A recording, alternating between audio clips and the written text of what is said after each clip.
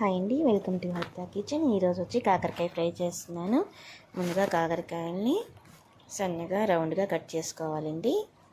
ఇలా మనం కాకరకాయలని కట్ చేసుకున్నాక ఒక బౌల్లో వేసుకొని ఇందులో కొంతగా ఉప్పు అలాగే కొంచెం పసుపు వేసుకొని బాగా కలిపి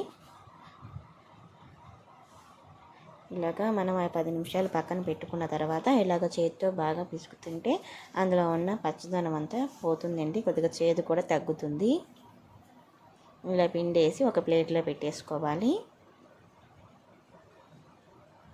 ఇప్పుడు స్టవ్ మీద ప్యాన్ పెట్టుకుని ఆయిల్ కాగిన తర్వాత పోపు దినుసులు వేసుకోవాలండి. అవి కొంచెం ఫ్రై అయిన తర్వాత ఇందులో ఉల్లిపాయలు, పచ్చిమిరపకాయలు, కరివేపాకు వేసుకోవాలి.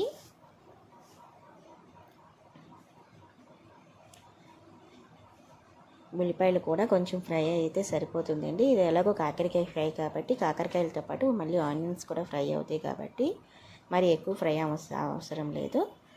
కొంచెం ఫ్రై అయిన తర్వాత ఇందులో మనం ముందుగా రెడీ చేసి పెట్టుకున్న కాకరకాయలు కూడా వేసేసుకోవాలి.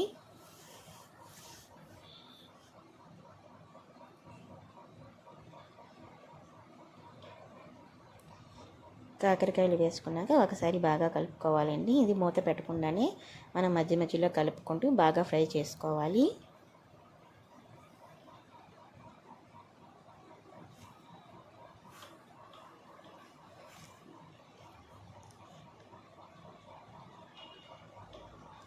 కాకరకాయలు బాగా ఫ్రై అయిన తర్వాతే మనం ఉప్పు, కారం, పసుపు యాడ్ చేసుకోవాలండి. ఆల్రెడీ మనము కాకరకాయలు ఉప్పు వేసాం కాబట్టి ఉప్పు చూసి వేసుకోండి.